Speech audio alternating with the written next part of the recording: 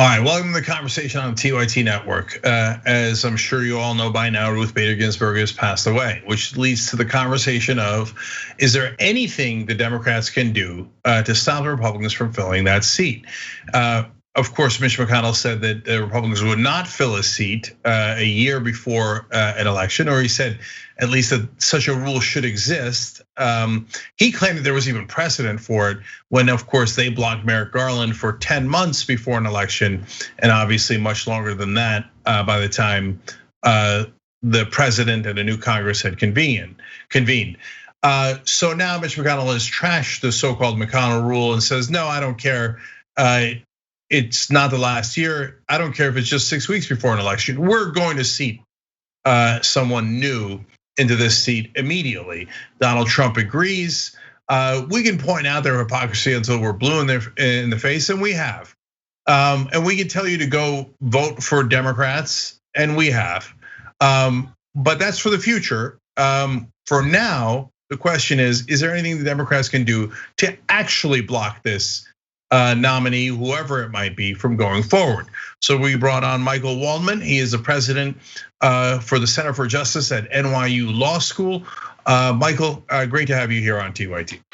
Oh, great to be with you under not such great circumstances. Agreed. So let's get to it. Let's talk about some of the different ways that the Democrats can, at a minimum, delay the proceedings and whether that'll have an effect. So some are in the Senate, some are these options are in the House. So let's start with option number one, which is the Democrats asking for unanimous consent on each vote in the Senate. So how would that work, and would that be effective? Well, the most important thing to understand is that it is so late in the congressional year, and that's actually precisely why it's so outrageous for Trump and McConnell to try to jam this through. I'm not a believer that McConnell set some standard we have to follow when he blockaded Merrick Garland. But as you say, that was practically a year before the end of the term. These are days before Congress goes out of session. Time is precious. And although the filibuster has been eliminated for Supreme Court nominees and other judges by the Democrats for the other judges, by the Republicans for the Supreme Court, Democrats could slow things down a lot, asking for votes, roll call votes on everything, drawing every drop of procedural blood they can, and then eventually the clock runs out. And that is one possible thing, and they would need to be very organized and very aggressive and very ruthless and willing to make everybody work very late. So, Michael, on that one, I completely failed to see the downside. So let's talk it through. Democratic senators would have to work a little harder. Wow. Well, part of the problem, part of the time jam, of course, is that we're having this conversation before the election, and there's a lame duck potentially likely after the election. In other words, a session that's held after the election. But whenever Congress is in session, and this has been an issue with lots of other things, sooner or later, they get really antsy and they want to go home and campaign. Now, the funny thing, I hadn't even thought of that. Usually they're desperate to get home and pump the flesh and go to rallies. Now, maybe if they're all doing it on Zoom anyway, they can do it from Washington, D.C.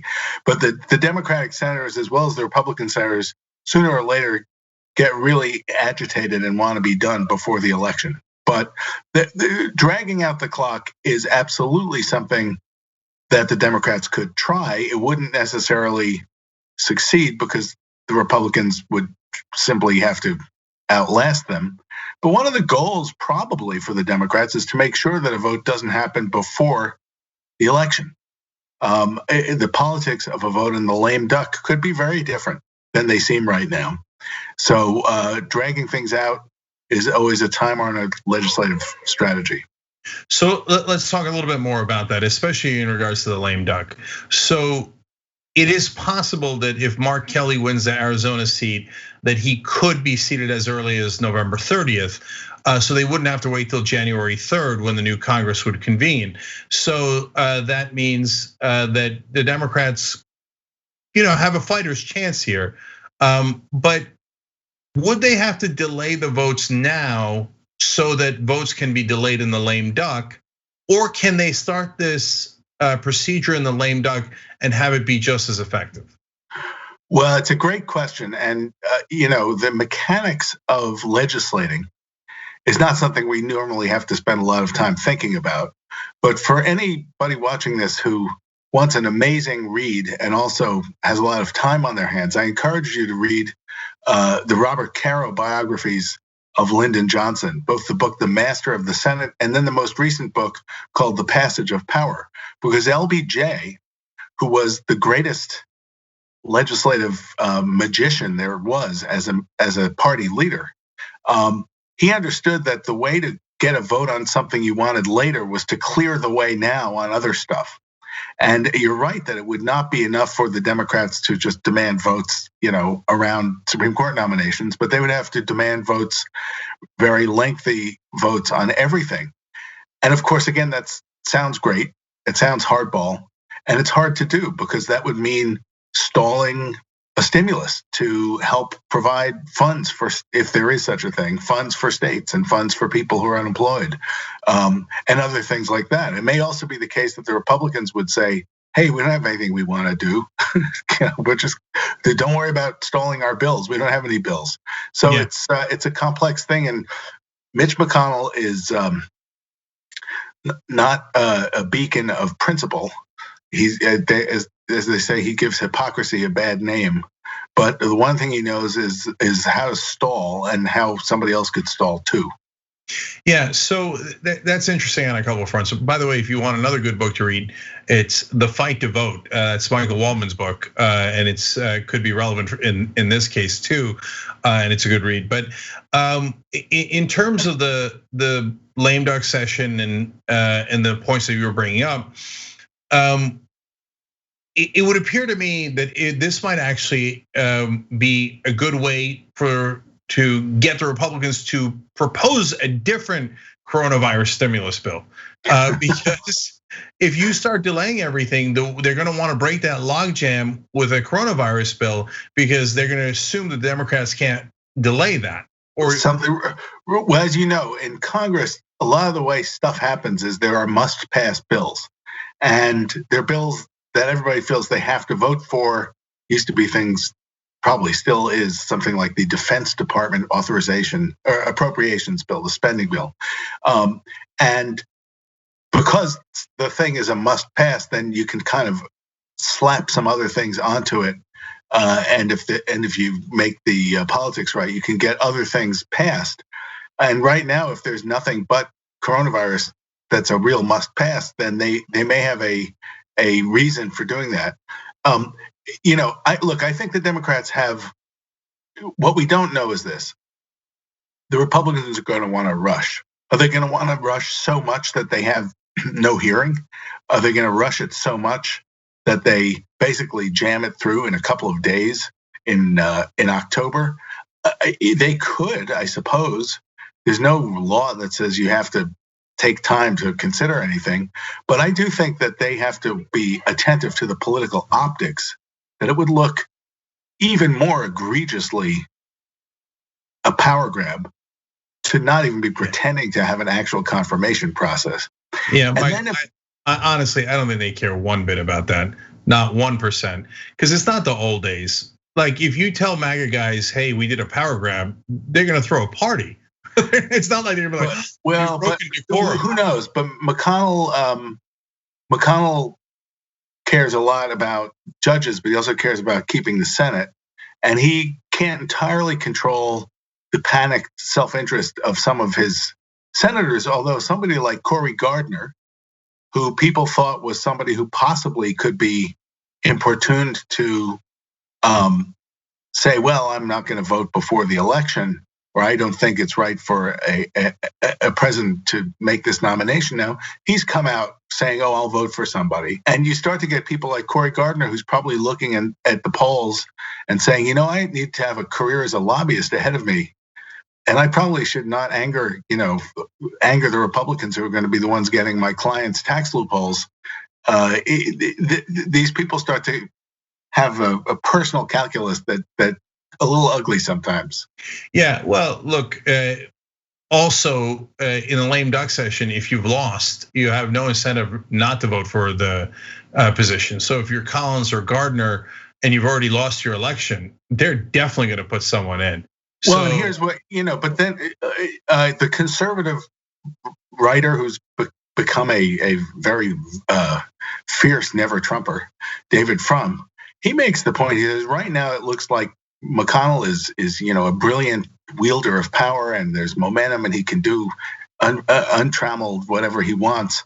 But if Trump really loses, as the polls show right now, by 10 million votes, and if Trump really loses by 10 million votes, and then they bring it up for a vote in a lame duck session, the momentum and the politics shifts, and maybe somebody who's lost their seat might not care, but they also might not care about angering Mitch McConnell, and you may get other people feeling that it looks so illegitimate that it would make it really easy for the Democrats to expand the court in the next Congress. That the fact that Senator Schumer, who, like so many people in the Senate, has never been a big fan of big moves to change the rules there, on the filibuster and things like that. The fact that he has been quite adamant saying everything is on the table, everything is on the table, that threat, in effect, is one of the only aspects of power I think that the Democrats have here. But it's a pretty significant aspect if they're able to, at least pretend that they might follow through on it. Right. If history's any guide, they will not follow through, not 1%, and the Republicans will easily do it in a lame duck session. That's my guess. But let's keep going on what we know. So when you talk about must passes, Michael, what are other must pass legislation between now and let's just say January 3rd?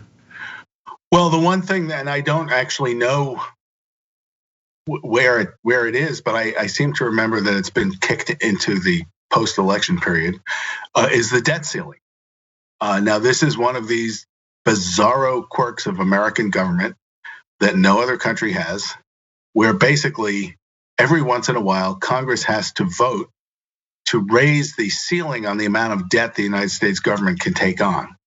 And if, in the old days, and most of the time, it's kind of non-controversial. It's a technical matter, but people have figured out, especially in recent years, the Republicans, the Tea Party Republicans, the Freedom Caucus, have figured out that they can really hold everybody hostage, because if you don't raise the debt ceiling, it could cause a massive financial crisis.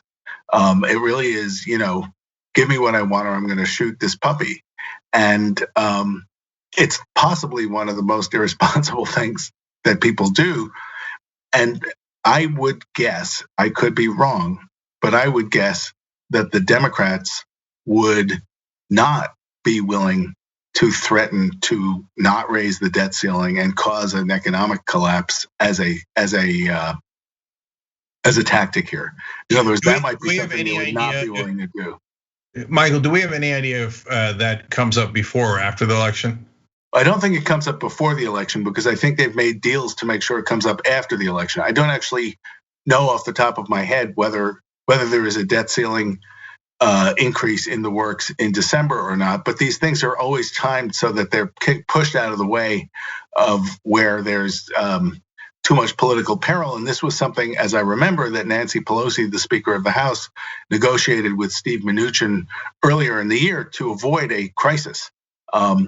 And again, look, the Democrats could decide it's worth it for that crisis, but I think that there is there's a real ingrained opposition to using the debt ceiling that way among the Democrats over numerous fights with, crazy Freedom Caucus people. Right. And I just doubt they would do it. I agree with you, and not only that, it's actually not in dispute. On Sunday, Nancy Pelosi said she would not do it, and she would not shut the government down at all. I totally disagree. I think that if you have one side that constantly is willing to use tactics that they know for a fact the other side is not willing to use, you'll have a completely unfair advantage, which is exactly what the Republicans have. So, yeah, but we're in the middle of the worst public health crisis in decades and the worst economic crisis in decades, and so since the remedy is available of expanding the court afterwards, that is something to throw into the mix. Yeah, but they're not going to do that either. They're not going to do any of these things, but that's okay. I want to know what their options actually are, because Tim Kaine has come out and said we're not going to expand the court either. But I'm going to get to that last. Let's talk about continuing resolution. Is there one between now and January 3rd? Do you know to fund the government? Is that another way that certainly Republicans would threaten it?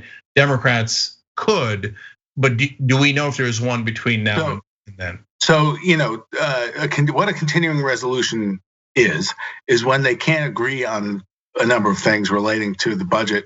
What they do is they basically fund the government at the current level for a while.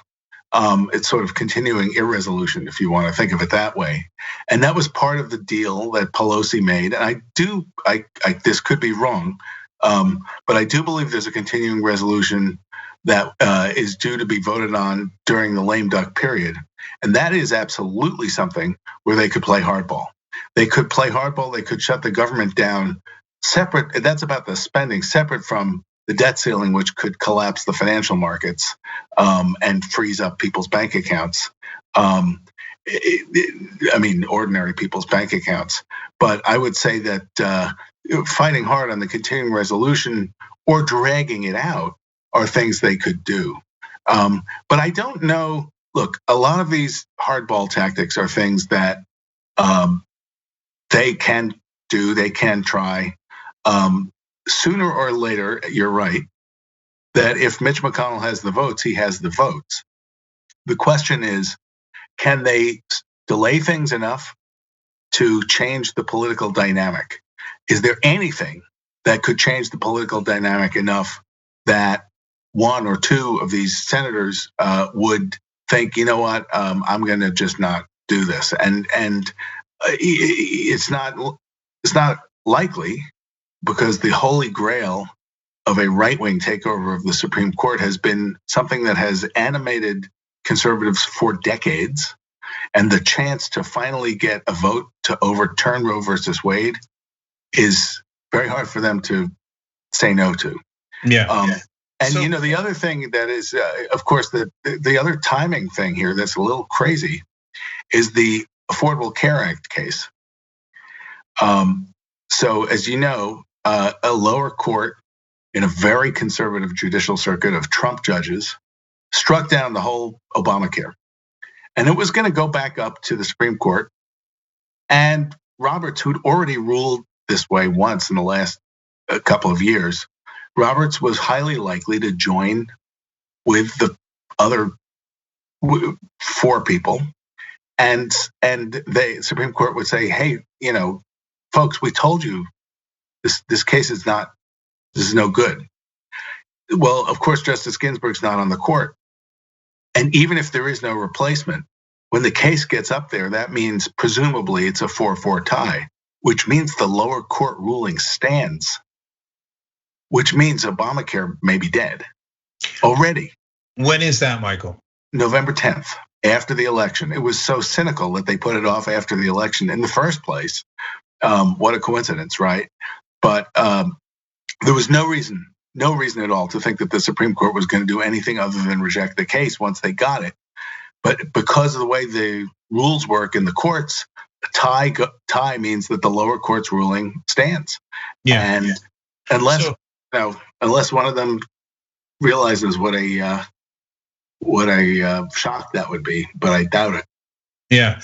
Okay. So before we run out of time, we got to get to the last two options. So one is impeachment. So if they go to impeach, whether it's Bill Barr, Donald Trump, I can name you literally a dozen things you could impeach Donald Trump on top of what they already did, or anyone else. does that automatically delay proceedings? Does it take priority over confirmation or no? So, I know that Speaker Pelosi has floated this, and I have to think part of that is just because she knows it makes Trump so crazy when she does.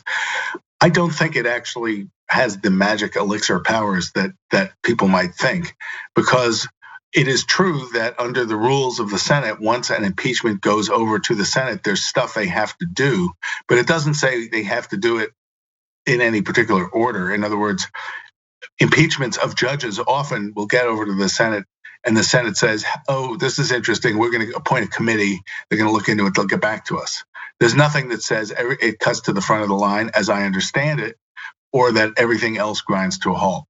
I could be wrong, but my reading of what I understand is that that's the case. That could be wrong, but that's my understanding. Okay, if that's the case, that makes it pretty useless. So that leaves us with the last one, which is expanding the court. And when I say it leaves us, it doesn't mean the other options are not don't have potential. I think they do, and I think that as a matter of strategy, if I were the Democratic leadership, I would say we're going to do all of these things if and only if the Republicans try to fill this seat, in which case it's not that we didn't raise the debt ceiling, it's that the Republicans didn't raise the debt ceiling, because we told them we were gonna do it if they go to fill the seat. But that's strategy, that's political strategy. In terms of the things they actually can do, expanding the court, a lot of people have it in the back of their minds that that's a constitutional issue. It's not, right, Michael? No, it's absolutely not. The size of the court, as well as what the court works on, is a creature of Congress. It's set by statute. The size of the Supreme Court has been changed before. And in the 1930s, of course, Franklin Roosevelt proposed increasing it to 15 people. And I'm against court packing. I don't want it to happen, but that's what the Republicans are doing right now. And I know there's a lot of Democrats who would think, you know what, that's repairing court packing, not starting it. Yes, so those are your options. By the way, Tim Kaine went on TV and said they will not do court packing and they will not do impeachment. So if you take what Nancy Pelosi and Tim Kaine have already said on the record, they don't speak for everyone. But if you take them at their word, they've eliminated almost every option they have in fighting back. So that's where we stand now. They might change their minds. I hope they change their minds, but at least now you guys know what the options are. So Michael Waldman, president of Brennan Center for Justice, thank you so much for joining us. Really appreciate it. My pleasure. Thanks for watching The Young Turks. Really appreciate it. Another way to show support is through YouTube memberships. You'll get to interact with us more. There's live chat emojis, badges. You've got emojis of me, Anna, John, JR. So those are super fun. But you also get playback of our exclusive member-only shows and specials right after they air. So all of that, all you gotta do is click that join button right underneath the video. Thank you.